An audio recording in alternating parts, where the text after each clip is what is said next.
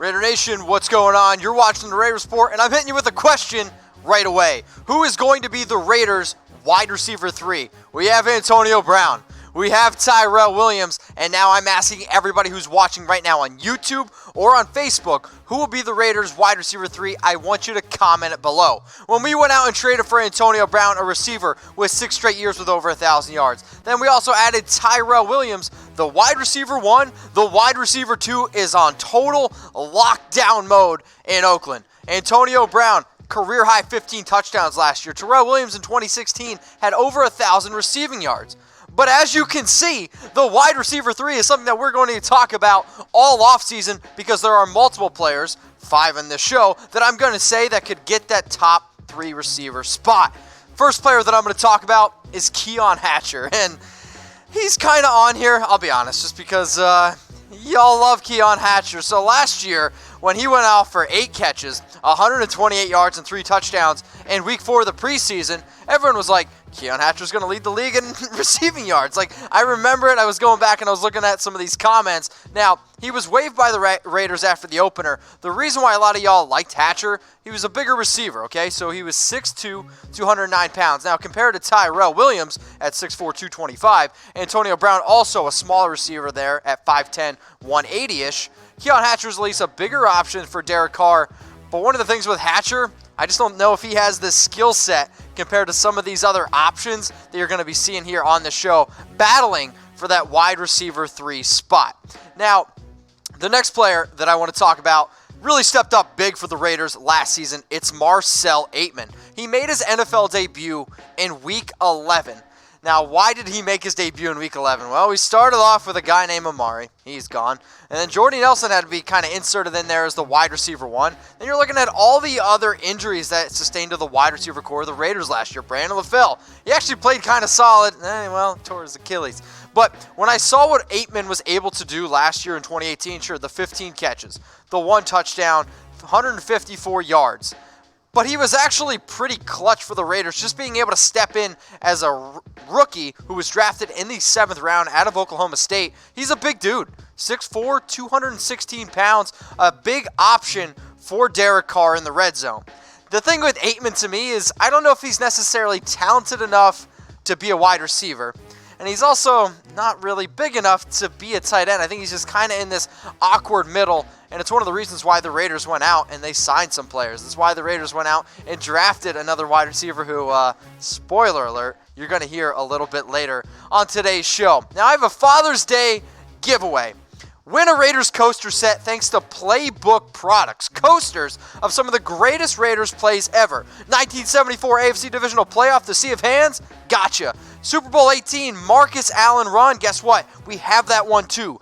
DM me a picture of you and your dad, or you and your son or daughter repping some Raiders gear, and then DM me on Instagram at MitchellRenz365. Now, if you want to be an overachiever and you want to go and just buy these coasters yourself, go to playbookproducts.com. Get 10% off when you use promo code CHATSPORTS. Raider Nation, listen up one more time. Playbookproducts.com. Get 10% off when you use promo code CHAT, C-H-A-T, sports. It's on screen if you can't spell like me. All right, let's keep this show rolling. Who's going to be the Raiders wide receiver 3 behind Antonio Brown and Tyrell Williams? The next player that I want to talk about is J.J. Nelson.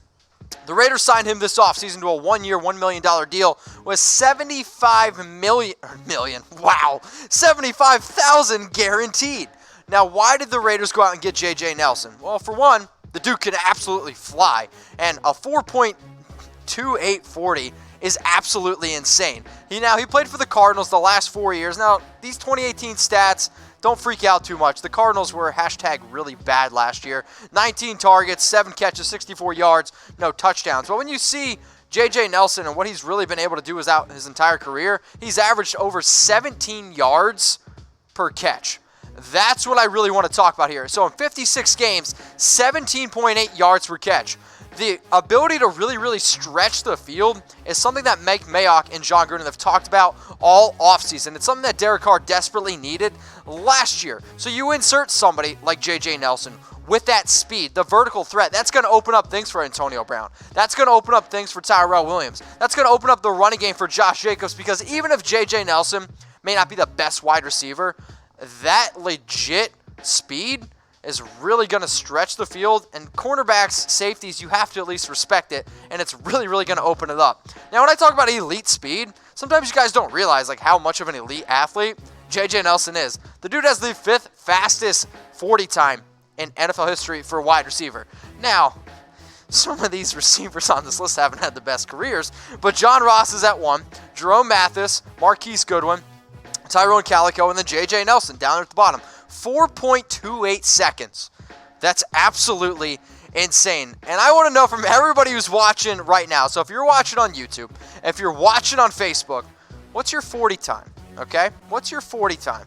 I'd say for me, if I had to chug a 40, it would probably be in like 16 seconds. If I had to run a 40 time, I don't know if I'd even get it done. So what's your 40 time? I want you to comment below. Again, you watching on YouTube, you're watching on Facebook. If you want to see Tom down a 40 on Cowboys Report, send me a DM on Instagram, MitchellRenz365. All right, let's keep this show rolling. Who's going to be the Raiders' wide receiver 3? Ryan Grant's the next player that I want to talk about, because right now, if there's a player who I think is probably has the highest chance, it's Ryan Grant. So he signed a 1-year deal with the Raiders, but if the Raiders cut him, it's a $1.25 million cap hit. Now, he only has 1 season in his entire career with over 500 yards receiving. I don't know if you remember, Ryan Grant had this opportunity to sign a 4-year, $29 million deal, failed his physical, and then he ended up playing with the Colts last year for $5 million. I kind of feel bad for Ryan Grant in that sense, because he missed out on a lot of money. But then also when you look to see what he did in 2018, 35 catches, 334 yards, and a touchdown on a Colts team that, guess what, was actually really good. They were able to really move the football. 2017, 45 catches, 573 yards, 4 touchdowns. This is as good as it's been for Ryan Grant. Now, you guys know that I like fantasy football. So in 2017, Ryan Grant was like the talk of the town in Washington.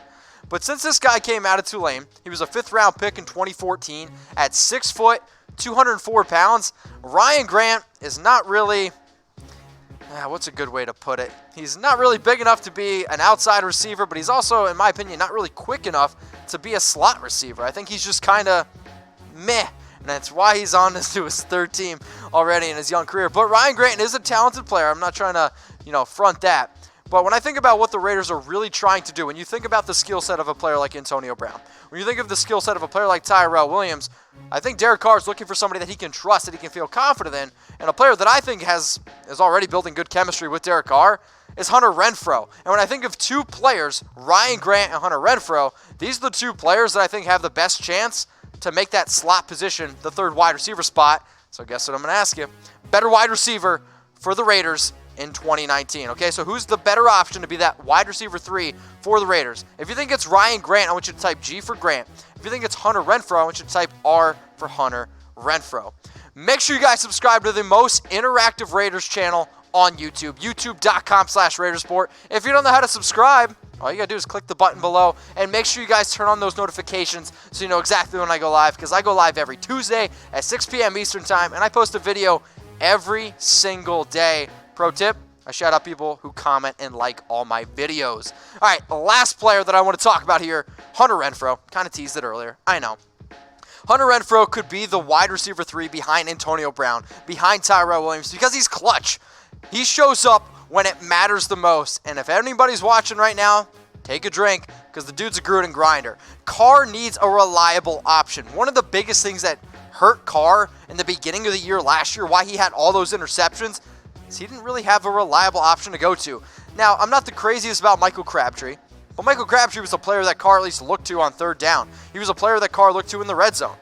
Carr threw a lot of interceptions early in the year because he was like, oh my gosh, I have all these new options and I don't know where to go with the football. You insert a player like Hunter Renfrow, who sure is not the fastest guy on the field, but he is a solid route runner, and every time Derek Carr throws the ball to Hunter Renfrow, he's going to have confidence that if it hits his hands, it's coming in. Now, last year at Clemson, 49 catches, Sure, only 1 touchdown, but you ask anybody on that Clemson team, when they needed the first down, who were they going to? You're going to Hunter Renfrow. And he showed that throughout his entire career at Clemson. 15 touchdowns. Did you guys watch any Clemson football games? If you didn't, I hope that you watched the national championship games because Hunter Renfrow showed up when it mattered the most. And when you listen to Derek Carr, when you listen to Jon Gruden, when you listen to Mike Mayock, what are they looking for in that wide receiver 3 spot? They're looking for somebody they can rely on. They have their hopes are very high for Darren Waller. They know they have a reliable option in Jalen Richard. So what else are they looking for? They're looking for that third wide receiver who they can really, really count on because we know we have a stud in Mr. Big Chest. We know we have a talented receiver in Tyrell Williams. Heck, Tyrell Williams is absolutely balling out this offseason in OTAs. All I've been hearing from coaches, from everyone covering the Raiders, is that Tyrell Williams has looked unbelievable.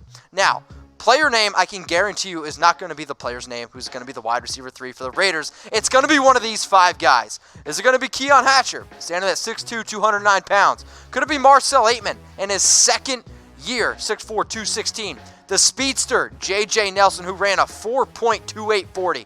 Could it be Ryan Grant heading over here after a season with the Colts? Or could it be Hunter Renfrow, the player who the Raiders drafted in the 5th round of the 2019 NFL Draft? So I started this show off with this question, and I'm going to end it with this question.